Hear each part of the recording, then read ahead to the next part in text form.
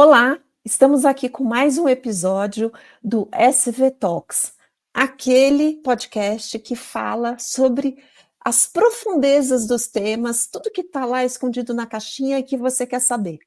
Hoje eu estou trazendo uma pessoa muito especial.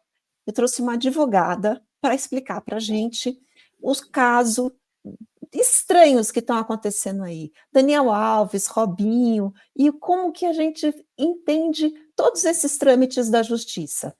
Mas antes de eu apresentá-la, eu quero te pedir, se inscreve no canal e aciona o sininho, assim você não perde mais nenhum episódio nosso. E eu vou chamar Marina Totti. Marina, conta pra gente primeiro quem é você, sua especialidade, o que que você faz? Oi, Sara, prazer estar aqui com você. Obrigada pelo convite, pela sessão do espaço. Bom, eu sou Marina Totti, né? Sou advogada, trabalho com direito criminal e empresarial, mas também com todas as áreas dentro do ramo do direito. Tenho um escritório, estou aqui na Avenida Paulista, e ultimamente a gente tem sido muito demandado, né? Todo lugar que a gente vai, o pessoal quer saber mesmo, nossa, o que está acontecendo no caso do Robinho, no caso do Daniel Alves, são casos que acabaram ganhando aí a curiosidade de todo mundo. Então, espero poder contribuir aqui com um pouquinho. São muitos casos, né? A primeira pergunta que as pessoas me fazem é o seguinte: como alguém pode defender uma pessoa dessas? Como que um advogado, uma pessoa direita, Marina Totti, advogada, uma mulher casada, mãe de família, né? Tem uma filha linda, uma família incrível. Como você se coloca na posição de defensora de uma pessoa que é condenada pela sociedade, né? Estupradores, criminosos. Por quê? Eu acho que isso é um pouquinho de vocação, tá? E é isso que você falou. Eu sou mulher, sou mãe, então lidar com alguns crimes que são muito abjetos, né? O crime de estupro, de violação do corpo de uma mulher ou de um homem também, estupro, crimes sexuais são contra mulheres, contra homens, contra crianças, contra idosos, contra pessoas enfermas, né? Às vezes pessoas em coma, internadas, também são sujeitas a esse tipo de crime. Então, o crime é muito abjeto. Por mais abjeto que ele seja, eu sou uma advogada, né, criminalista aqui com pelo menos 15 anos de experiência, e como advogada, a gente precisa se colocar numa posição de entender que as pessoas cometem crime, e quando a gente está defendendo alguém, a gente não está defendendo o crime daquela pessoa, a gente está defendendo aquela pessoa de uma voracidade do Estado. Então, o crime de estupro é um crime interessante para falar sobre isso. Por exemplo, no Brasil, o crime de estupro, ele tem uma variação de pena, ele vai de 6 a 10 anos. Tá? Então, não é assim, a pessoa foi condenada por crime de estupro, a pena é essa. E o crime de estupro, além dele ter uma variação de 6 a 10 anos, o crime de estupro não é só estuprar naquilo, conjunção carnal, que a gente está acostumado a ouvir, a pensar que é. Quando você comete um ato libidinoso, você também cai, por exemplo, no crime de estupro. O que é o ato libidinoso? Passar a mão, um beijo forçado, isso tudo cai no mesmo artigo 213, com pena de 6 a 10 anos. Então, como que eu, como advogada, me posiciono num caso desse? O réu é culpado? Ele pode ser culpado, mas ele é culpado do quê? Ele é culpado de uma conjunção carnal forçada? Isso é uma coisa. Ele é culpado de passar a mão? Isso é outra coisa. Ele é culpado de forçar um beijo numa balada, que a gente vê direto agora, isso acontece muito em faculdade, festa de faculdade. O menino puxa a menina, tá errado, não pode fazer isso, puxar e dar um beijo. Só que isso está na mesma lei, mesmo artigo do estupro. Como que eu diferencio isso do estupro? Eu acho, a lei, na minha opinião, ela é mal feita, ela é desproporcional, na medida em que ela coloca condutas muito diferentes dentro de uma mesma bacia ali e fala, ó, isso aqui tudo é uma determinada agressão sexual que eu estou chamando de estupro. Então, quando a gente vai defender alguém, a gente pensa muito também na dosimetria. Essa pessoa é condenada, mas ela é condenada a quê? A 6 anos, a 7 anos, a 8 anos, a 9 anos, a 10 anos, a 20 anos. Tem alguma atenuante? Ele estava embriagado? Ele não estava embriagado? Ele tem alguma deficiência mental? Ele não tem alguma deficiência mental? Então, o advogado criminal, ele também tem essa função de, tecnicamente, entender e estruturar, porque o Estado, ele vai no máximo, ele vai sedento querendo condenar as pessoas. E o advogado criminal, muitas vezes, ele se coloca entre o Estado e esse cidadão, que, embora possa ter cometido um crime, ainda assim é um sujeito de direitos, e precisa ter ali o seu devido processo legal. Ele não pode ser condenado em praça pública. A gente precisa garantir que ele é condenado por um juiz competente, que ele teve uma defesa, que ele foi ouvido, que ele teve a oportunidade de se pronunciar, até porque, eventualmente, pode ser uma denúncia falsa também, existem, né, também denúncias falsas. Então, a gente precisa entender que aquele conjunto de garantias foi aplicado naquele caso. Muito bem, Marina. E aí, quando você trouxe essa questão do ato libidinoso, me lembrou uma situação recente de um assessor de uma corretora de finanças que desceu no elevador com uma nutricionista e quando ela estava saindo do elevador, ele apalpou o bumbum dela. Isso então está nessa lei? Isso pode entrar nessa lei. Pode entrar na mesma lei de estupro. A gente tem um outro tipo penal que fala de atos menos ofensivos. Mas o que a gente vê na prática acontecer? Então, isso deveria, no meu entender, entrar nesses atos menos ofensivos, tá? Mas muitas vezes na prática, o que a gente vê? A gente vê que o acusador joga ali tudo no mais gravoso e compete ao advogado ir lá e falar: olha, ele cometeu um crime, mas ele não cometeu esse crime, ele cometeu esse crime. Então, a gente precisa adequar. Tá? Então, seria o caso ali desse. Eu não sei se ele já foi indiciado, eu não trabalho nesse caso, não sei se houve algum indiciamento, não sei se já houve alguma denúncia, alguma investigação, mas é um típico caso que isso poderia acontecer, de dele ser acusado num crime mais gravoso e o advogado ter que fazer todo o trabalho para conseguir diminuir a gravidade desse crime e, por consequência, diminuir também a gravidade da pena. A gente tem alguns casos famosos aí na mídia e que vão repercutindo em relação a essas questões de abuso sexual, né? Um deles que me assustou muito foi o João de Deus. Muitos de nós já tiveram lá, eu já tive lá, fui atendida por ele, pois veio essa denúncia horrorosa de abusos de um líder religioso, de uma pessoa que tinha, teoricamente, um trabalho em pró à comunidade, abusando de mulheres. E aí? Isso é bastante comum. Nesse caso, a gente defendeu duas vítimas, tá? Ele teve dezenas e dezenas de vítimas. A gente defendeu duas das vítimas. Uma delas, a gente conseguiu uma condenação recente, agora tem alguns poucos meses, porque ele vai recebendo denúncia. Eles fazem a denúncia assim: é um grupo de vítimas, aqui são 5 vítimas, nessa denúncia tem outras 10, nessa tem outras 8. O Ministério Público, de tanta vítima, ele vai cindindo, né, as denúncias para conseguir processar tudo aquilo. E aí, uma das denúncias que tinha uma cliente minha acabou de ser sentenciada, né, ele foi condenado. Isso é muito comum, Sara, um líder religioso, né, porque muitas vezes o crime sexual a gente vê como é um crime libidinoso, é um crime para satisfazer libido, enfim, mas ele tem uma conexão, para os estudiosos, né, ele tem uma conexão muito forte, na verdade, com autoridade, com poder. E acaba que, infelizmente, líderes religiosos ou qualquer outro líder, né, uma pessoa que está numa posição de líder ali, uma posição, principalmente um líder carismático, ele acaba muitas vezes estando na posição ideal para exercer essa autoridade, esse domínio sobre pessoas que estão ali, né, embaixo dele, que estão pedindo ajuda, que procuram para aconselhamento, para mentoria, por uma questão religiosa, por uma questão acadêmica. A gente vê isso acontecer também com autoridades acadêmicas, né? Então, isso não é de se surpreender que isso acometa muito líderes religiosos, porque os crimes sexuais, eles têm muito a ver com poder, e não só com sexo em si. E é muito triste, né? Porque a pessoa vai ali atrás de um conforto, a pessoa, de fato, ela fica vulnerável, né? Então, num dos casos que a gente teve, a pessoa ia há muitos anos, desde criança, já frequentava com a família e cresceu indo todo ano, fazendo aquela viagem de carreata, enfim. Então, você tem ali naquele local um lugar de confiança, um lugar de apoio, um lugar onde você busca, né, um conforto, onde você busca amparo para as suas angústias, quando você precisa de alguma coisa, e de repente você se vê traída, você demora até para entender. Então, a gente vê nos relatos do caso do João de Deus, em vários relatos, que as pessoas elas demoram até para entender que o que está acontecendo com elas ali é um abuso, porque ele se valia, né, da própria profissão dele, da própria vocação dele, para cometer esses atos. Então, até as pessoas entenderem o que estava acontecendo, muitas vezes já está acontecido. O ato é muito triste isso. E aí você fala da posição de poder. Você tem a posição de poder de um líder religioso, mas também tem o poder da fama. E hoje a gente tem aí, que está no auge da mídia, dois casos que eu vou querer conversar separadamente. Vamos falar do caso Robinho. O Robinho foi um estupro coletivo. Eu ouvi falar da condenação dele, mas eu não ouvi falar da condenação de outros, apenas da condenação dele. Ele foi condenado na Itália e foi preso recentemente aqui no Brasil. Como funciona tudo isso?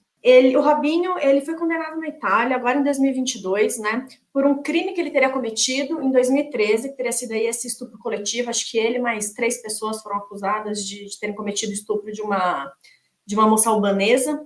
E lá na Itália, ele passou por todo o processo, né, esse processo durou alguns anos, e em 2022, esse processo transitou em julgado na Itália. O que isso significa? Significa que na Itália ele passou por todas as fases recursais, teve acesso a tudo, enfim, aí finalizou depois do último recurso, transitou em julgado, significa que acabou o processo, está condenado. Só que um pouco antes desse processo transitar em julgado, o Robinho veio para o Brasil. Então, quando transitou em julgado na Itália, o Robinho estava em solo brasileiro. E a Itália fica um pouco de mãos atadas, não conseguindo executar essa pena, né? Ela não pode mandar alguém aqui, pegar ele no Brasil e levar ele de volta para a Itália. Ele foi condenado lá a 9 anos. E aí, o que a Itália fez? A Itália, ela pede para o Brasil extraditar o Robinho. Fala, ó, né, tem uma condenação aqui, extradita que a gente vai prendê-lo aqui, vai fazer cumprir a pena. E o Brasil responde, fala, olha, o Robinho, ele é um brasileiro nato. Não tá fora dos nossos acordos de extradição, a extradição de brasileiros natos. Então, não posso extraditar o Robinho. E o Brasil nega a extradição do Robinho.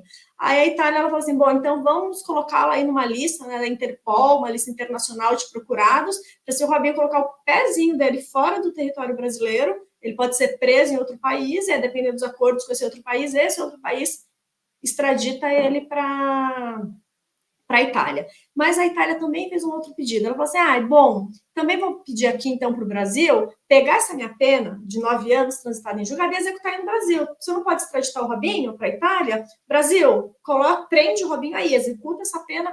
E isso é um pedido, foi um pedido peculiar. O Brasil não lidou com muitos pedidos desses até hoje. Então, houve uma comoção ali do ponto de vista de processo, de como que aplicaria a lei, né, uma lei transnacional, como que a gente conseguiria, pelas regras de direito internacional, junto com as de direito nacional, como que poderia ser feita essa aplicação da lei, né? E aí, esse pedido, ele vai parar no STJ, o STJ fala, olha, não discutimos todas as peculiaridades desse caso em nenhum outro caso, então eu vou mandar isso daqui para a Corte Especial da STJ, que é uma corte composta por mais ministros. Então você já vê que aí o caso é peculiar, né? Já está numa corte superior, né? Já está no STJ e vai para a Corte Especial. Aí chega lá na Corte Especial, o que eles analisam? Eles falam assim, olha, para que uma pessoa, qualquer pessoa, né? Para a gente conseguir executar uma sentença aqui no Brasil de um outro país, a gente precisa ter certeza que esse país seguiu minimamente as regras de processo que o Brasil tem. Porque, por exemplo, eu não posso pegar uma pessoa que foi, de repente, julgada num sistema ditatorial, sem direito a ampla defesa, sem direito a nada, e foi lá condenada à prisão de morte, a pessoa vem para o Brasil não vai executar essa pena de morte por N razões. Um, porque o Brasil não pode executar pena de morte, porque é proibido essa pena no território nacional, e dois, porque ele vai dizer, nesse regime não seguiu minimamente ali os ritos, né, de ampla defesa, de garantias, então esse processo aqui não é reputado válido no Brasil. Então, o Brasil primeiro ele precisa analisar, esse processo na Itália foi válido? E aí, o que ele analisa? Olha, o Robinho foi, estou simplificando aqui, né, isso tudo é muito técnico, muito cheio de regra, de lei, mas ele fala, Robinho foi citado? Foi citado. O Robinho, ele teve a oportunidade de se defender amplamente, tinha um advogado lá constituído que, de fato, o defendeu de uma forma efetiva, de uma forma eficiente, teve. A sentença foi proferida por um juiz que era um juiz competente. Competente aqui para direito significa um juiz que tem dentro das suas atribuições julgar aquele determinado caso, né? Sim, foi julgado por um juiz competente. Essa pena já transitou em julgado? Porque se não transitou em julgado, também não posso executar aqui no Brasil. Sim, transitou em julgado. Houve, durante esse processo, alguma violação grave de direitos fundamentais do Robinho? O Brasil entendeu que não teve nenhuma violação grave. Logo, isso poderia ser executado no Brasil. Qual que foi toda a discussão? A discussão é a seguinte, a gente não tinha uma lei que falasse que o Brasil poderia executar uma sentença de um outro país no Brasil. Isso não existia, era quase que um vácuo ali, né? Você conseguia ir pensando, juntando um monte de coisa, mas não tinha nada muito claro nesse sentido. E aí o Brasil, o que ele fez? Ele falou assim, olha, em 2017 tem uma lei que ficou conhecida como Lei da Migração, que fala, né, num contexto de direito internacional, enfim, ele traz a possibilidade, sim, de execução de uma pena estrangeira no Brasil. Taca lá essa lei de 2017 e vamos executar a pena do Robinho. E esse entendimento teve prevalência, por isso que o Robinho a homologação de sentença dele foi aceita por 9-2, no STJ não foi unânime, foi aceita e ele foi preso. Mas qual é a discussão aqui? Aí a gente entra numa discussão que para mim é mais interessante, que é da lei em si, né? Essa lei é de 2017. O crime do Robinho é de 2013. O que a defesa do Robinho, entre outras coisas, fala? Olha, uma lei de 2017 não pode ser aplicada a um crime que aconteceu em 2013. Aí, só para vocês entenderem mais ou menos a lógica disso. Hoje, se eu jogar uma água na rua, peguei uma água e virei, eu não estou cometendo crime, eu posso fazer isso. Se amanhã o legislador fala, olha, virar um copo de água na rua é crime, pena de 1 ano, não pode o legislador falar, olha, Marina, olha, Sara, você que jogou água ontem, vai cumprir essa pena, porque ontem isso não era crime. Então, existe uma coisa que a gente chama anterioridade da lei penal. Só pode ser considerado crime aquilo que você faz depois que uma lei já disse que aquilo é crime. Tá? Porque crimes novos surgem a todo momento. Então, se eu faço uma coisa hoje que não é crime, só é crime a partir do ano que vem, não pode retroagir para dizer que eu cometi crime. A defesa do Robinho fala, olha, essa é uma lei de 2017, não pode retroagir para executar uma sentença de um fato ocorrido em 2013. Então, é muito interessante. E até certa medida eu concordo com isso. E aí o STJ ele tem uma discussão, que aí é muito técnica, que vai dizer se essa lei piora ou não piora a situação do réu, porque se piora não pode ser aplicada mesmo, se não piora pode, e aí ele decide que não piora e que pode ser aplicada e aplica. Só que teve também ali no STJ uma discussão um pouco consequencialista, que fala assim, olha, se a gente não aplicar, isso é meio que um tapa na cara da Itália, né, das mulheres italianas, como que vai ficar nossas relações com a Itália. Só que isso não deveria ser uma preocupação do judiciário, isso é uma preocupação da política, não do judiciário. Então tem essa discussão, se o STJ poderia ou não poderia ter tido essa discussão consequencialista, porque afinal de contas ele tem que julgar de acordo com a lei, não de acordo com se o Brasil vai sair bonito ou não na fita com outros países. Se essa lei deveria ou não deveria ser aplicada por conta dessa questão de data. Então, não foi uma questão simples, foi uma questão muito discutida no STJ, e aí acabou que teve essa condenação que trouxe a felicidade geral das pessoas, porque as pessoas queriam vê-lo pagando pelo crime que cometeu, né? Eu, como mulher, também quero ver as pessoas pagando pelos crimes sexuais que cometem. Como advogada, eu tenho um pouco de medo quando as leis são articuladas de uma determinada forma, que hoje pode ser legal porque é para um determinado caso, mas que daqui a pouco vão mudar um pouquinho a lei aqui e ali, dar uma apertadinha aqui e ali para algum outro caso que pode não ser tão legal. Então, eu tenho um pouco de receio dessa movimentação, dessa instrumentalização da lei. Aí eu concordo com você, mas aí eu tenho 2 questões. Primeiro, quando ele estava num processo de julgamento lá na Itália, eles não retiveram o passaporte dele para que ele não fugisse? Essa é a minha primeira pergunta, né? E a segunda pergunta, a lei de 2017, ela é posterior ao crime, mas ela é anterior ao transitado e julgado. Né? Que aí fica a minha questão, que assim, ele foi condenado, existe uma lei que fala que se condenado pode cumprir, né? E a condenação foi posterior a essa lei, não foi posterior ao crime, mas foi posterior à lei. Em relação ao passaporte, eu não tive acesso ao caso do Robinho, né? Corre lá na Itália, enfim, eu não vi. Até onde eu entendo, ela não requisitou, diferente do caso do Daniel Alves, que eles foram mais espertos e requisitaram agora na liberdade provisória dele. Então, o Robinho, a princípio, ele estava livre para ir e vir, tá? E aí ele vem pro Brasil. Então, teve essa questão aí, poderia até ter requisitado, não sei exatamente como funcionam as leis italianas, mas isso é uma coisa muito básica, então eu entendo que possivelmente poderia ter requisitado, mas não requisitou. Ou se requisitou, de repente a defesa recorreu, porque você não pode também requisitar para sempre. Isso é um processo que demora muito, a pessoa não pode ficar muito tempo impedida de muita coisa, porque também é uma violação ali às garantias que a pessoa tem. Então tem que ver dentro de um contexto ali de normativo italiano o que aconteceu, mas fato é que ele pôde viajar. Em relação a essa questão das datas da lei, o que interessa para o Brasil, né? A gente está falando de legislação brasileira, para essa anterioridade da lei penal no Brasil, o que interessa é a data do fato. Porque senão, quase sempre a condenação vai ser posterior. porque eu vou criar, se eu crio hoje um crime, né, um fato, transforma um fato em crime, que você fez ontem, é hoje que eu vou te processar e é amanhã que você vai ser condenado. Então, a condenação, ela vai praticamente sempre ser posterior à criação do crime. E o fato vai ser sempre anterior. Então, o que importa para a aplicabilidade da lei ou não é a data do fato.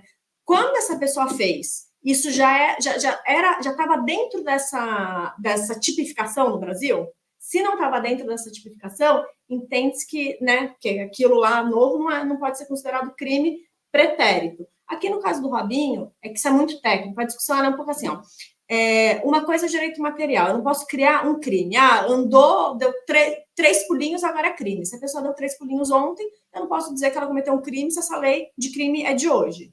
Então, esse fato é crime? A discussão aqui é o seguinte, o que o STJ falou? A gente não está falando de fato, a gente está falando de processo, a gente está falando de como que se homologa uma sentença de execução de outro país. Quando a gente está falando de processo, a lei retroage, porque entende-se que processo não agrava o crime, não prejudica a situação. Então, você tem leis puramente de processo, puramente de direito material, que é o crime em si, e mistas. A lei, ela pode ser mista, puramente de direito processual ou puramente de direito material. Para a lei retroagir, ela tem que ser de direito processual, que fala, olha, eu não criei um crime novo, eu só mudei a forma como eu processo esse crime, mas o crime já existia.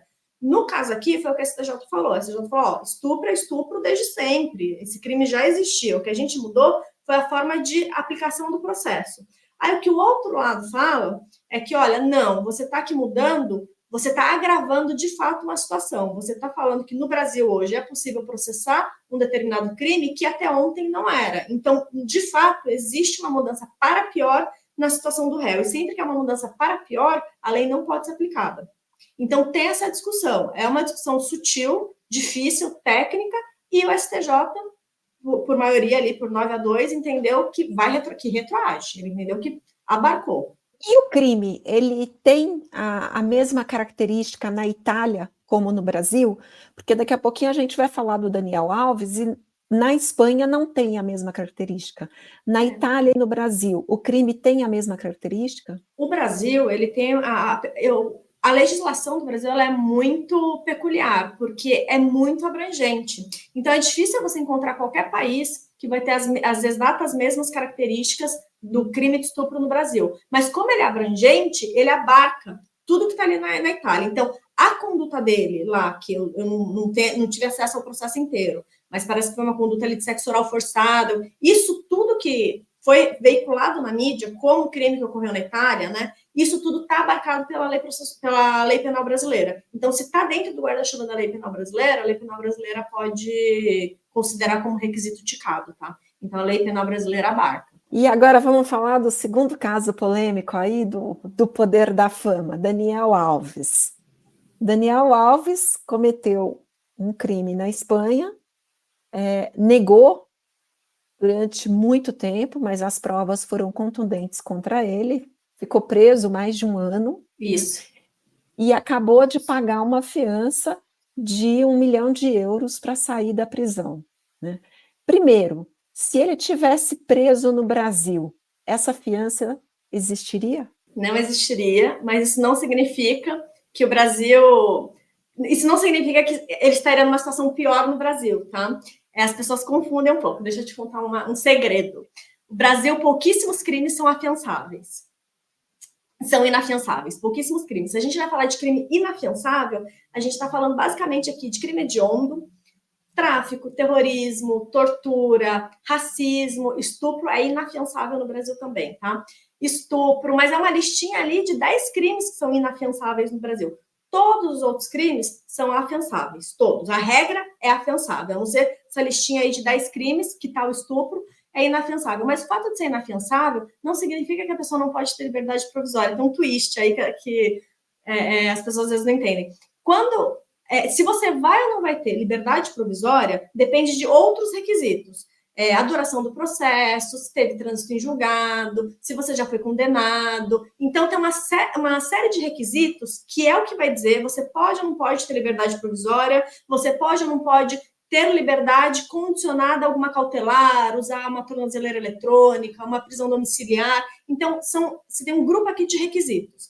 A fiança, ela é uma dessas coisas. Então, quando o crime é inafiançável, como é o caso do estupro, ele vai poder sair, se tiver dentro desses requisitos aqui, ele vai poder sair da mesma forma. A diferença é que ele sai sem pagar fiança. Outros crimes, ele precisa sair pagando fiança. Então, ser inafiançável, ser afiançável no Brasil, não significa que você sai ou que você não sai. Só significa se você sai pagando ou se você sai sem pagar.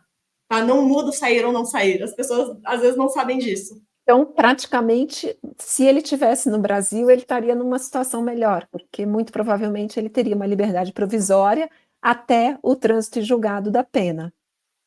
Esse poderia ser um dos cenários. Ele poderia ter uma liberdade provisória sem a necessidade de pagamento de fiança até o trânsito em julgado da pena, dependendo do cenário. No Brasil, como é que o pessoal faz? Assim, em regra, se você não está preso, e a maioria das pessoas acusadas de estupro não são presas, porque você só prende a pessoa ou se for um estado de flagrância ali, né, pegou no flagra, ou se essa pessoa estiver cometendo reiteradamente o crime, ou se ela estiver ameaçando alguém. Em regra, se você é acusado de estupro, a pessoa vai lá na delegacia, faz um boletim de ocorrência, te encontram dali uma semana, você vai depor, em regra, você não é preso. Então, você fica respondendo em liberdade até o trânsito em julgado. Essa é a regra. Se você, por alguma razão, vai preso, tem uma tendência a te manter preso até o final também. Então, você tem uma tendência, se está livre, a ficar livre, se está preso, a estar preso. Dá para mudar? Dá.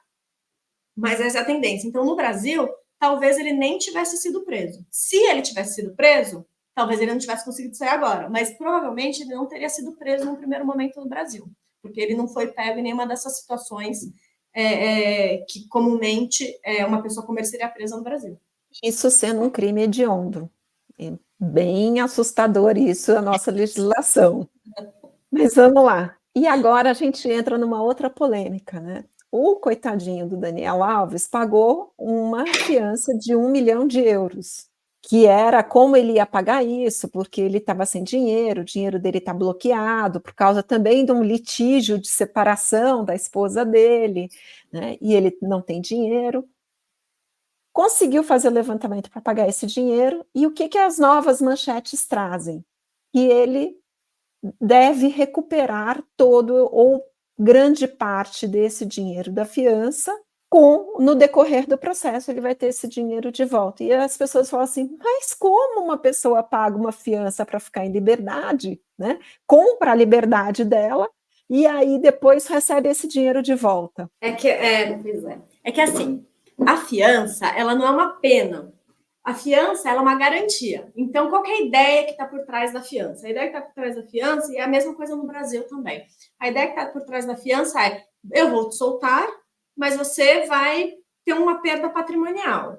E isso aqui é meio que uma caução, é meio que uma garantia do Estado de que você vai cumprir os atos. Então, quando eu te chamar para vir no fórum, você vai vir. Porque se você não vier, você perde.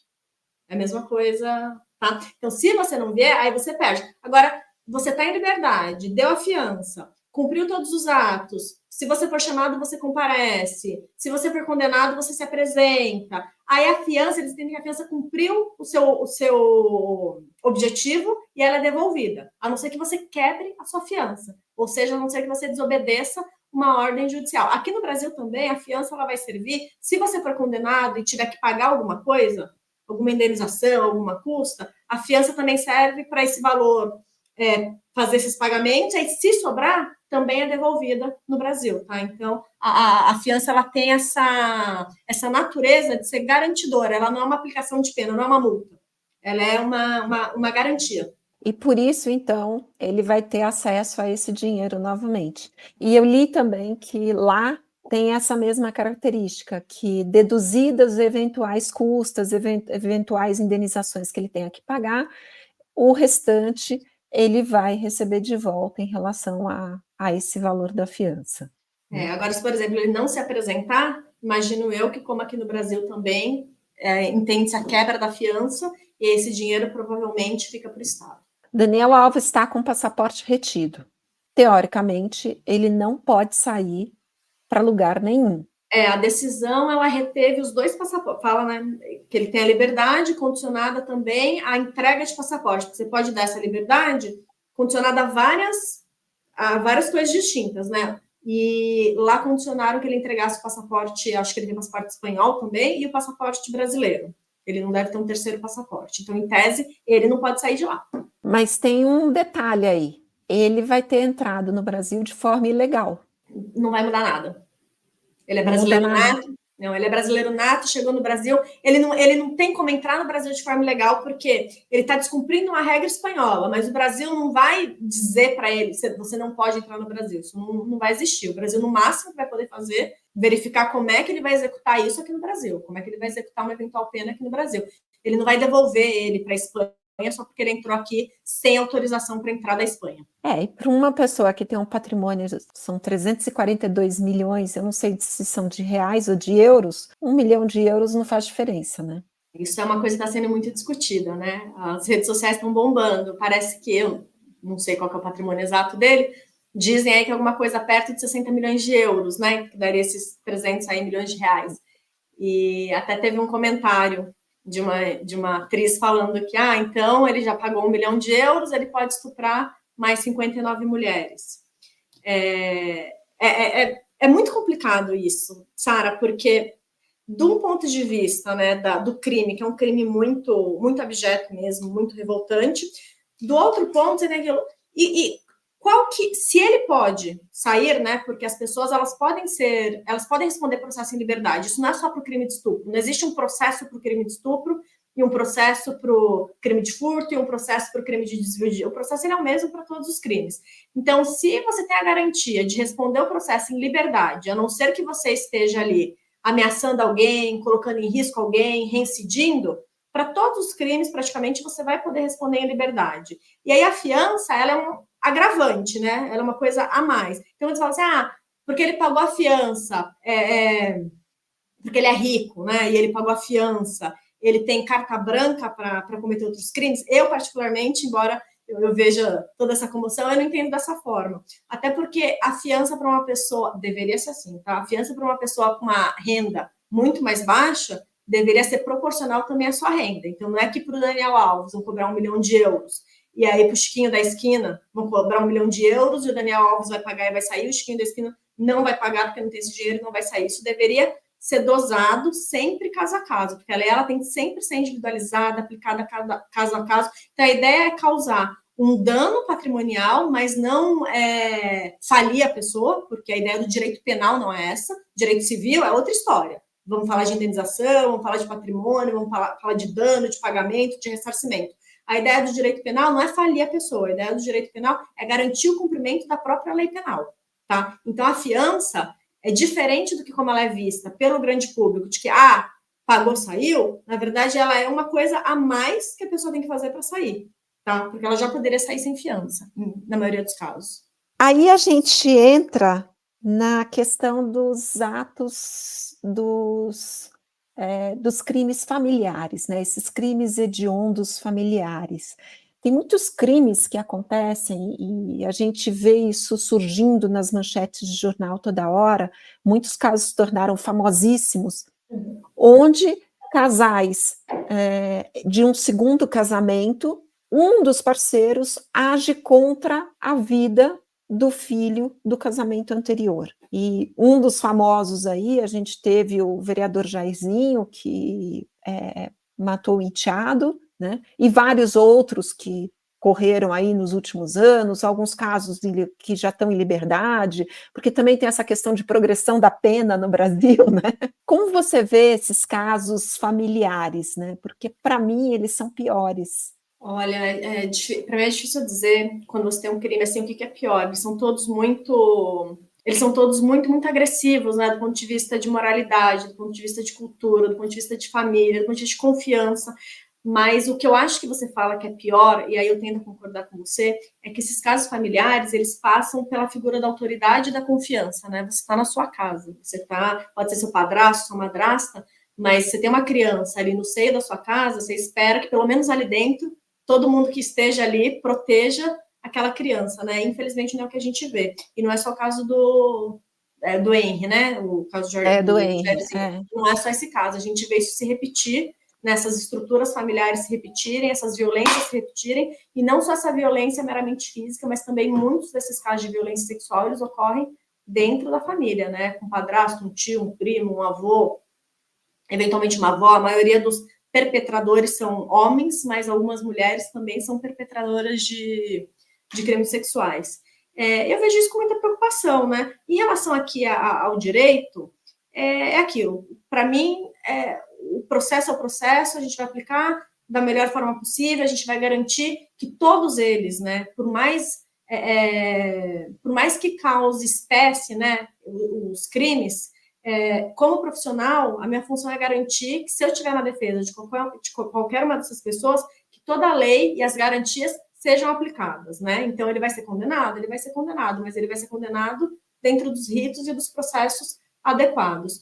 Como mulher e mãe, eu acho muito triste, é muito preocupante. Para mim, isso muda um pouco, se a gente mudar um pouquinho as nossas culturas de políticas públicas, né? Porque isso tem muito a ver também com a estrutura patriarcal, estrutura de machismo, estrutura de dominação. Então, eu acho que isso vem de casa, isso vem da escola, isso vem da cultura, isso vem da propaganda, isso vem da mulher, muitas vezes, deixar de ser só um rostinho bonito e tudo que importa na mulher é se ela está bem vestida, se ela parece jovem. Eu acho que isso está tudo muito interligado. E a gente tem essa cultura que é um pouco latina, que é um pouco machista, que é um pouco misógina, e eu acho que contribui para essas violências familiares. Não é a única causa, isso é uma coisa multicausal, né, de multifacetada, mas eu acho que contribui muito essa forma como a gente objetifica mulheres, crianças, idosos. A gente tem os filhos também, né, contra os pais. Em muitos casos aí, um famoso da minha adolescência foi o crime da Rua Cuba. E vários outros que foram vindo e que estão aí em manchetes também recentemente, de filhos que assassinaram os pais ou assassinou um pai, muitas vezes por causa de herança. O crime da Rua Cuba, ele não foi condenado ao final do processo, ele não foi condenado, né? O Delmanto, super famoso o caso. Mas sim, hoje e aí a gente tem também uma evolução que eu acho positiva do direito penal, que ele começa a trazer um pouco ele começa a criminalizar um pouco essa violência patrimonial, violência financeira, essa violência contra o pai idoso, contra a mãe idosa. Até no caso da Ana Hickman, que não é um caso de pai e mãe, a gente viu um pouco essa violência patrimonial ocorrer, né? E como que ela está sendo digerida pelo sistema. Então, a gente tem aí agora a Lei Maria da Penha, as leis de violência, as leis de proteção ao idoso, que trazem também um pouco uma tentativa de repressão dessa violência patrimonial que acontece dentro de casa, muitas vezes de filhos, contra os pais, contra avós também, né? Muito comum, às vezes a pessoa mora com avô, mora com avó, violência contra idoso. Então, está tendo uma movimentação. O nosso direito é muito arcaico, em todos os sentidos. Eu acho que ele pune muito e pune mal. Pune o que não deveria punir, o que deveria não pune. Ele é muito arcaico, mas eu começo a ver que está tendo alguma movimentação nesse sentido. Quando você fala de pena, Sarinha, e aí quando a gente fala desses casos todos, né, de violência contra idosos, de crime sexual, quando você fala de pena, você precisa discutir qual que é a função da pena. Porque as pessoas, elas querem que as outras sejam punidas também. Só que você ser punido por ser punido, você não gera nenhum benefício futuro. Talvez você ali naquele momento satisfaça um sentimento ali de vingança, de que a pessoa tem que pagar pelo que fez, mas você não gera uma recorrência positiva para a sociedade. Então, a gente tem uma discussão aqui. O que é a pena? Por que as pessoas são punidas? Aí fala assim, a pena ela é um tripé. Ela tem um lado que ela é retributiva, que, você fez mal, você vai receber mal, retributiva. Tem um lado que é de prevenção. Então, se eu sei que se eu fizer isso, eu posso ser punido, eu não vou fazer. Então, ela está prevenindo que atos aconteçam. E tem um lado que, para mim, é o mais importante da pena, assim, de longe, que é a ressocialização. Então, é esse tripé, tá? É a prevenção, a retribuição e a ressocialização. A ressocialização, ela vai dizer assim, olha, a pena, ela serve para que, durante esse período, a pessoa tenha oportunidade ali de entender o que ela fez, de se reintegrar na sociedade. Só que para ela se reintegrar na sociedade, e é essa parte do tripé que, para mim, muda o mundo, porque se a pessoa é presa e, de fato, tem uma oportunidade de se reintegrar, de fazer um curso técnico, porque às vezes a pessoa não tem nenhuma formação, ela sai, não tem emprego. Então, se ela consegue se reintegrar, ressocializar, fazer um curso, se profissionalizar, é aqui para mim que a gente muda o mundo. E nesse tripé da pena, né, da ressocialização, é que está a saidinha, que também é outro assunto que está muito em voga. A saidinha, ela não é para todo mundo, tá? A saidinha não é para todo mundo. A gente tem hoje no Brasil, só para você ter ideia, cerca de 830, 840 mil presos. Somos a terceira população carcerária no mundo. A gente só perde para os Estados Unidos e para a China. O Brasil prende muito, enxuga gelo, prende o mesmo perfil sempre. Então, a gente está ali, ó, enxugando gelo, 850 mil presos, prisões abarrotadas, sem possibilidade de ressocialização quase, porque elas estão todas super populadas, né? Então, é uma confusão. O cárcere no Brasil é uma confusão. A gente precisa aprender melhor. Aprender da forma como a gente prende, você só prende mais, fomenta esse sistema. Então, a saidinha, ela pega só um grupo, tá? Você tem ali 850 mil presos, desses 850 mil, você tem que ver quantos estão no semiaberto, porque a saidinha também não é para todo mundo. Então, tá no semiaberto, já cumpriu um sexto da pena, se for réu primário, ou já cumpriu um quarto, se for réu reincidente, tem bom comportamento, então tem uma série de requisitos. O preso preencheu esse monte de requisito, aí ele tem direito a começar a fazer saidinhas, né, de alguns feriados, para começar a se ressocializar. A gente não tem prisão perpétua no Brasil. Ainda bem, sou contra, e não tem. A gente não tem prisão perpétua no Brasil. Essa pessoa daqui 1 ano, 2, 5, 6, ele vai sair. E a ideia da saidinha ela vai ficar 5 anos presa, sem ver a luz do dia, e um dia vai ser colocada na rua, porque o regime ele não é estanque, né? Então a pessoa é presa, ela vai ficar lá, não sei, 1, 2, 3 anos no regime fechado, ele vai progredir. O nosso regime trabalha com progressão. Ele vai progredir para o regime semiaberto. Foi para o semiaberto, aí ele foi para o semiaberto, tem bom comportamento, faz tudo direitinho lá dentro da penitenciária, aí ele vai poder fazer a saidinha, né, nos finais de semana, nos feriados lá designados, para começar a rever a família, para começar a dormir em casa 1 ou 2 vezes, porque é o intuito dessa ressocialização. Eu não ganho nada de deixar esse cara 5 anos preso direto e depois botar ele na rua, sendo que ele perdeu, às vezes, contato com mãe, perdeu contato com o irmão, perdeu contato com o primo. Então, a ideia da progressão está dentro desse tripé, né, dessa parte do tripé, que é a ressocialização da pena. Se a gente não ressocializa, o índice de reincidência é muito alto. A gente já tem índice de reincidência alto, porque a gente ressocializa muito pouco. E a saidinha é uma perninha dessa ressocialização. Se a gente tira também isso, a gente já não consegue oferecer profissionalização, a gente já não consegue oferecer educação. Quer dizer, a gente está só replicando o sistema. E ainda tem uma informação, né? Quando veio essa questão da lei que ia acabar com as saidinhas e tudo mais, eu estava ouvindo uma entrevista, uma discussão também de uma outra advogada, e ela disse o seguinte: 95% dos presos retornam para a penitenciária. 5% não retornam. E aí está se discutindo uma lei da saidinha que tem o objeto da ressocialização, acabar com ela por causa de 5% daqueles que não retornam. Então, não precisa melhorar o critério para que se ofereça a saidinha, ao invés de acabar com a saidinha, e a gente vai lá e faz exatamente o inverso, né? Exatamente. Eu até peguei os dados recentes aqui, e é exatamente isso. Nessa última saidinha, acho que 5,7% dos presos não retornaram. É um número baixo.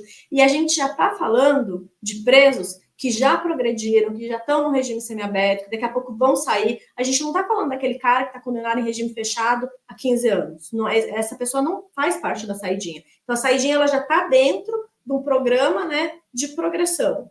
Eu não pego ali o cara do PCC que matou um monte de gente, não é esse cara, tá? Não é nesse momento. É depois que ele já progrediu. Você vê a Suzana Richthofen, ela participou das saidinhas, né, no final da pena dela, e isso virou uma algazarra também. O pessoal indignado, mas estava ali dentro. Ela ficou não sei quantos anos, ela cumpriu no fechado, ela vai para o semiaberto, cumpre não sei quantos anos semiaberto, começa a fazer parte da saidinha e ela sai, né? De vez ela sai. Então a saidinha ela vem antes dessa saída final, né? Antes da liberdade da pessoa. Eu acho que a gente teve uma conversa aqui bastante profunda, discutindo aqui todo o direito brasileiro, né? Todo esse burburinho que veio à tona aí com os casos das nossas celebridades que hoje fazem parte do hall da fama do crime, né? Porque de alguma forma cada um cometeu um crime diferente, né? E espero que a gente tenha trazido aí alguma informação mais profunda para aquela pergunta, né? da dosimetria da dose, como é defender essas pessoas, por que defender essas pessoas, porque essa foi uma pergunta que surgiu muito forte aí para mim nesse período. Queria te agradecer, queria que você fizesse aí suas considerações finais e contasse aí como que as pessoas te encontram, o seu trabalho, o que você está aí à disposição do público que acompanhou a gente até agora. E você, que estava aqui até agora, se inscreva no canal e vamos acionar esse sininho, combinado? Cara, obrigada. Você falando aí no final, eu lembrei de uma coisa, que lá na faculdade, assim, nos primeiros anos, logo que eu me apaixonei por direito criminal, porque para mim, direito criminal foi paixão à primeira vista. Eu não me imaginei fazendo outra coisa, nunca me ocorreu fazer outra coisa. E eu li um livrinho deste tamanho, do Carnelucci, chama As Misérias do Direito Penal. Ele tem 20 anos isso. E nesse livrinho, ele fala de uma alegoria que, para mim, ela é muito presente no dia a dia da minha profissão. Ele fala assim, olha, a pessoa que está sendo acusada, né, o réu ali, ele é a pessoa que está sendo apedrejada, né, ele é a pessoa que a sociedade inteira está contra, seja um crime midiático, como esses que a gente citou, sejam crimes que não são midiáticos, mas ali dentro daquela pequena comunidade, isso está acontecendo com aquela pessoa. E ele coloca uma alegoria que eu acho maravilhosa, que ele fala assim, olha, o advogado, ele é a pessoa que, quando o réu está lá embaixo, no fundo do poço, com todo mundo apedrejando em volta, é a pessoa que desce toda a escadaria e senta do lado do réu. Isso é verdade para mim, eu até me arrepio de falar isso, porque quando a gente defende alguém, a gente não está defendendo o crime, a gente está defendendo, em última instância, aquela pessoa, porque sempre tem por trás do criminoso uma pessoa, sempre tem. Então, eu acho que isso tem muito daquilo que eu faço, muito daquilo que eu amo, e por isso que eu defendo, por vocação mesmo, não conseguiria acusar, por exemplo, não está em mim. E é isso, para quem quiser me encontrar, sou Marina Totti, meu escritório fica aqui na Radap Globo 131, mas tem aí minhas redes sociais, Instagram do escritório, meu e-mail, e também se vocês deixarem um avisinho para a Sara, ela coloca a gente em contato. A gente vai deixar todos os caminhos do escritório da Marina aqui na descrição desse episódio. Marina, muito obrigada pelo seu tempo, adorei esse bate-papo e tenho certeza que quem ficou com a gente aqui até agora também aprendeu muito, porque você é sempre muito pontual nas suas colocações e transforma o direito para o leigo assim de uma forma claríssima. Quero te ver aqui outras vezes.